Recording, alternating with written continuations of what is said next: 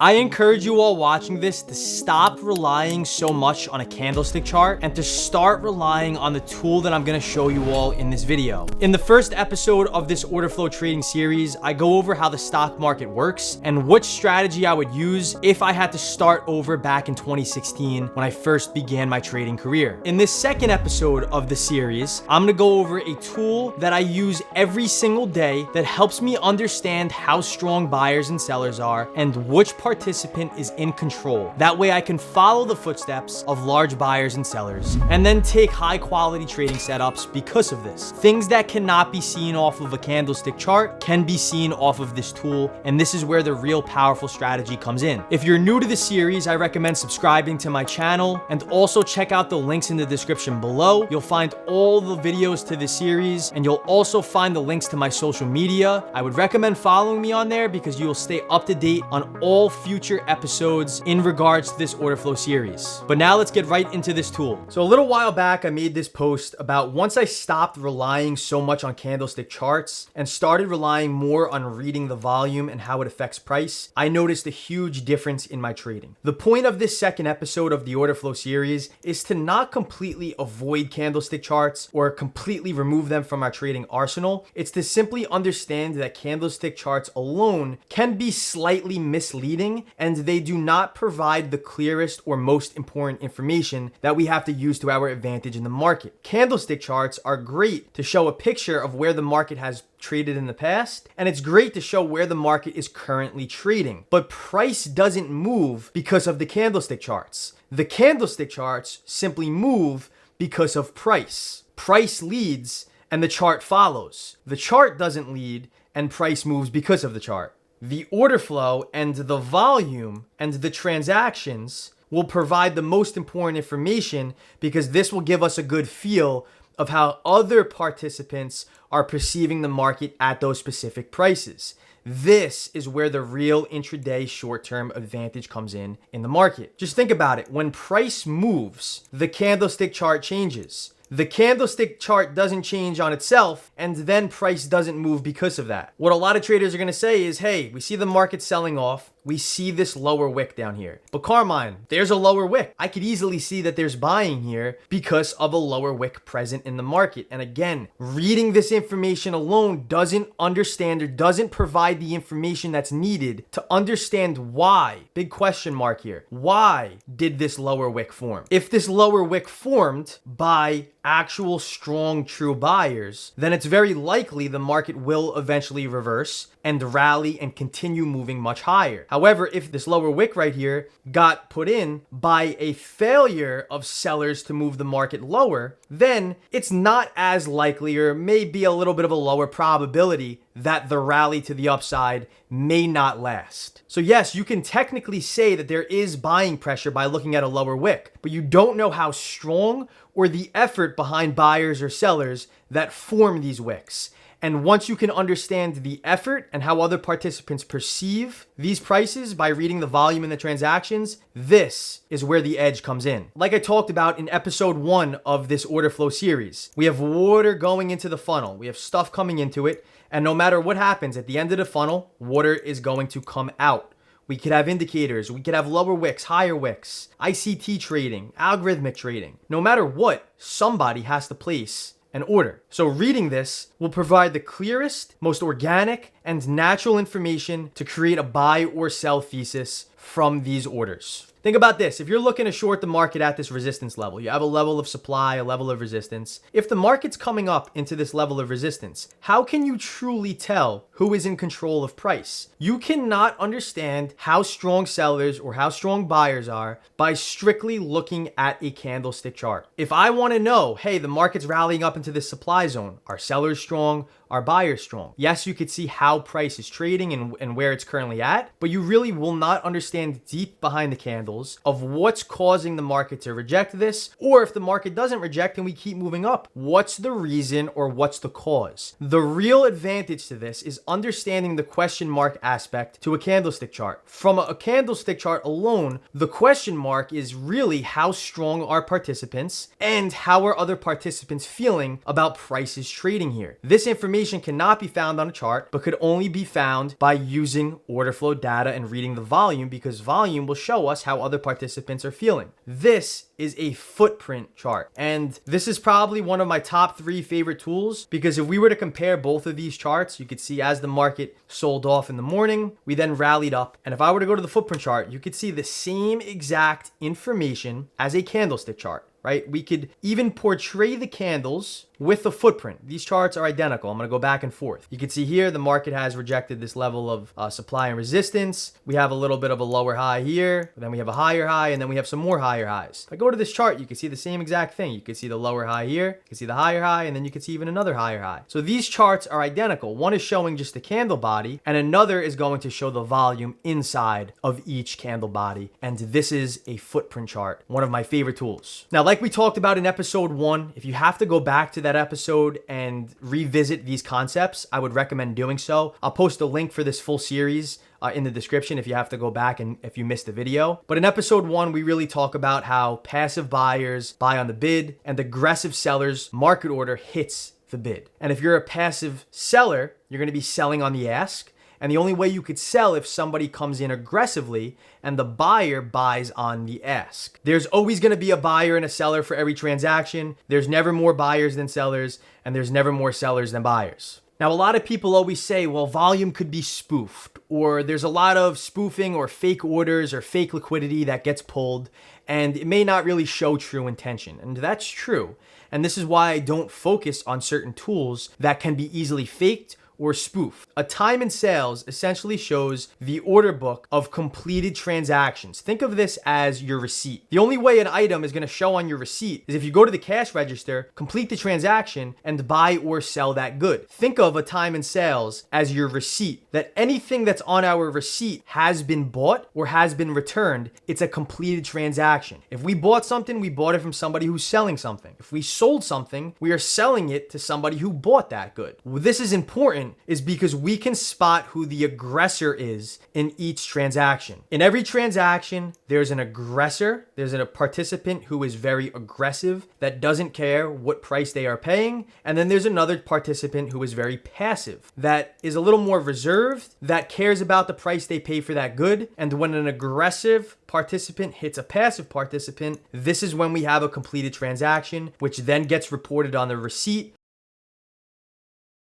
which then is in the market's terms, a time in sales. So on a time in sales, what we're going to see is the time, the price, and the quantity of goods or contract size in this case. So if we see a red print on the time in sales for 130 contracts at 9:30 a.m. Eastern time at 55:39, that means there was 130 aggressive sellers, these are the aggressors, hitting 130 passive buyers. We have a buyer and seller for every transaction.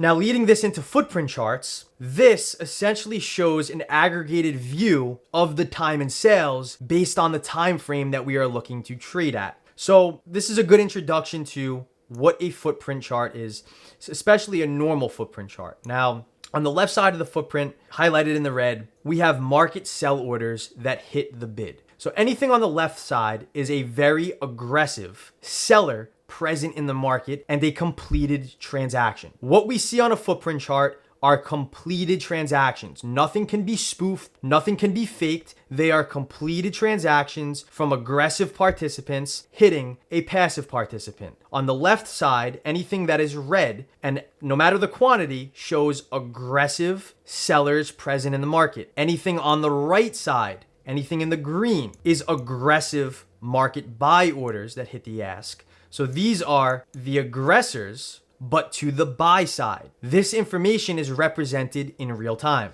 This is important is because no matter the time frame, a 5-minute footprint, a 1-minute footprint, maybe even a range footprint, we can see who is aggressive. We can see where a lot of the volume is being transacted, and we can see where there's less volume transacted, or where there's an imbalance present in the market, where there's more buying or more selling, and use this to our advantage. Again, we still care about candlestick charts. We're not voiding them and completely destroying them from our analysis. But when you dig deeper into a candlestick chart and understand why this candle was green, or why did we start rallying up via the order flow, and reading these quantity of orders, This is where the advantage comes in.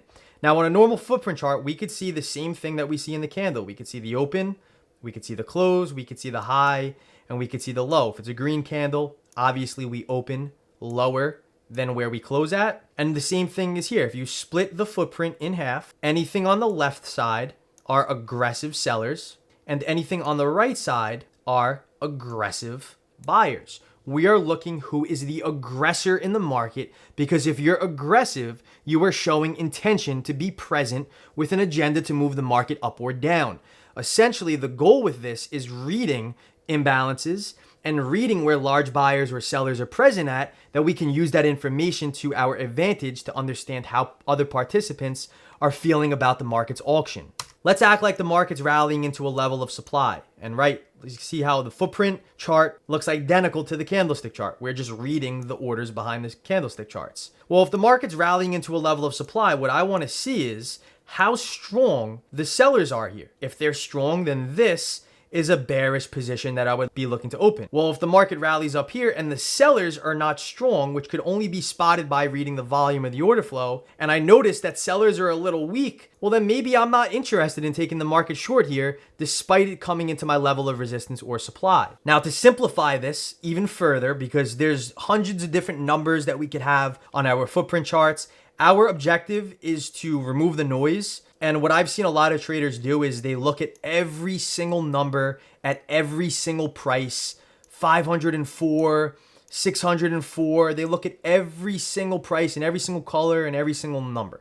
We have to remove the noise and focus on what's important.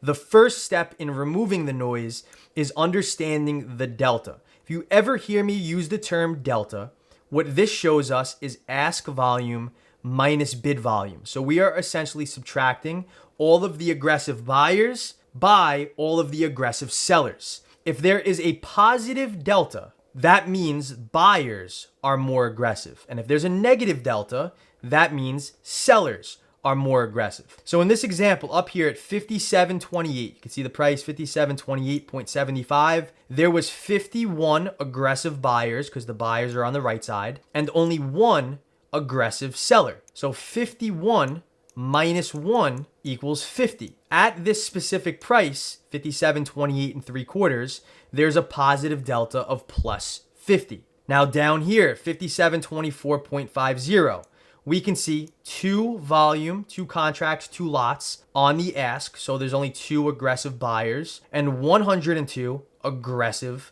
sellers. Ask volume, which is 2, minus bid volume, which is 102, gives us a negative delta of minus 100. So at this price, there's a negative delta and the sellers are more aggressive by minus 100 contracts. This is delta, and this is the most significant thing for my footprint charts.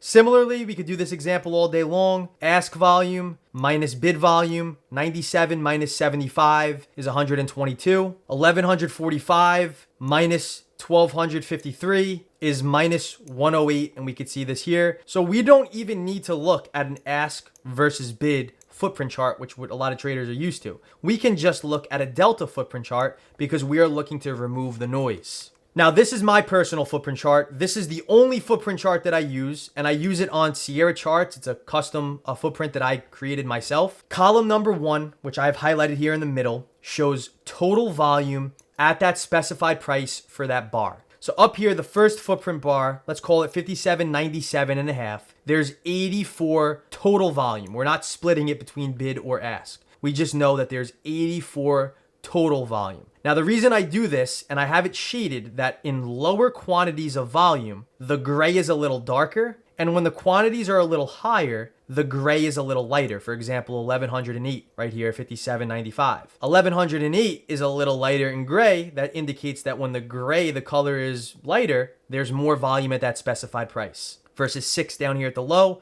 you could see it is in darker gray. I do this because when there's little volume, I could see where the auction essentially was cut off. And when there's a lot of volume, for example, in the light gray, I know that there's fair value in the market. Now, column number 2, this is the most important column, is number 2 is delta at that specified price for that bar. Now, I also want to mention that I personally use a 20 tick or a 5-point range footprint chart especially when I'm trading the S&P 500. Column number 2 shows delta, which again is ask minus bid volume at that specified price. So we have 84 total volume up here, and our delta is 84. So what that tells me is 84 was done on the ask and 0 was done on the bid.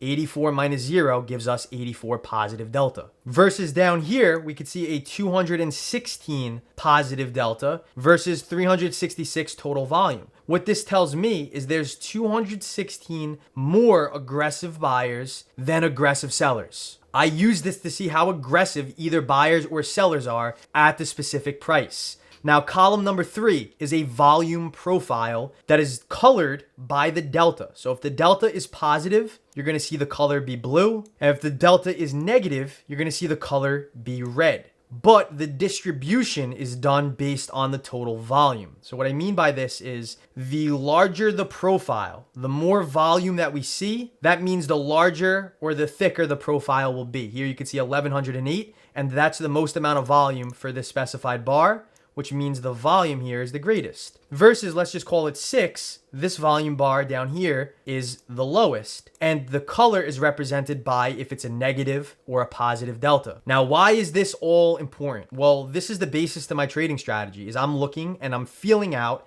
how aggressive the participants are. If there's a lot of aggressive participants entering the market at a certain price, but no follow through, it's a sign of a possible reversal in the market. If the market has a lot of strong selling volume, but the market's not moving lower, so let's just say we're moving down, and right here we see a lot of selling volume. But the market, as soon as we see the greatest selling volume of the day, it's not moving down.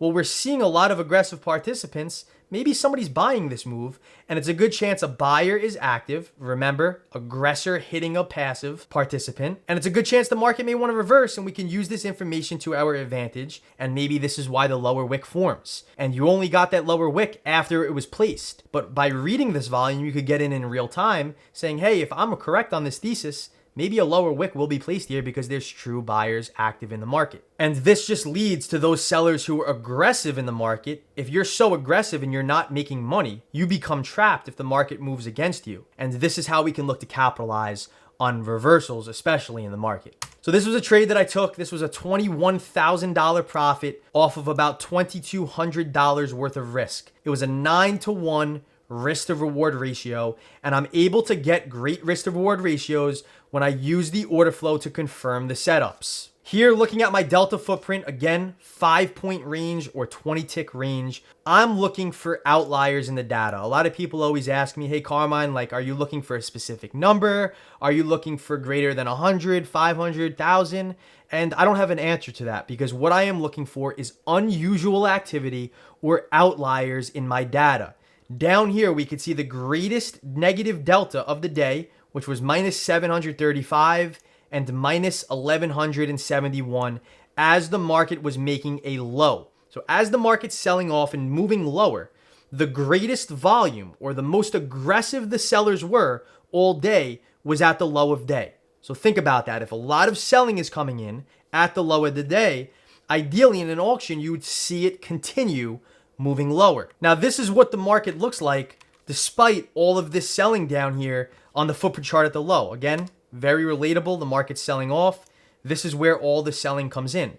We cannot see this selling strictly looking off of this candlestick chart.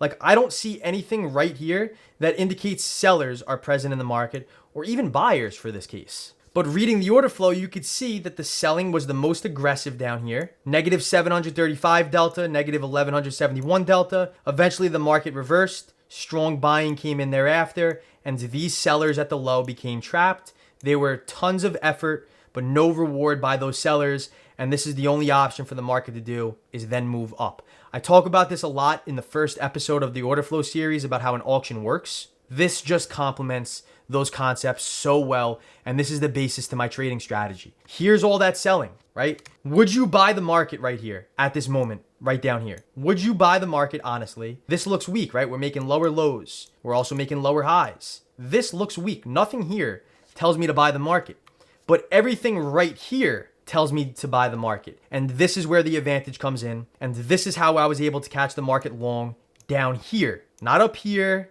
not up here, down here, where all the selling volume came in and how I was able to make a $21,000 profit off of $2,200 worth of risk. So if you want to see what this looks like in real time, what we're going to see here is the market's going to sell off.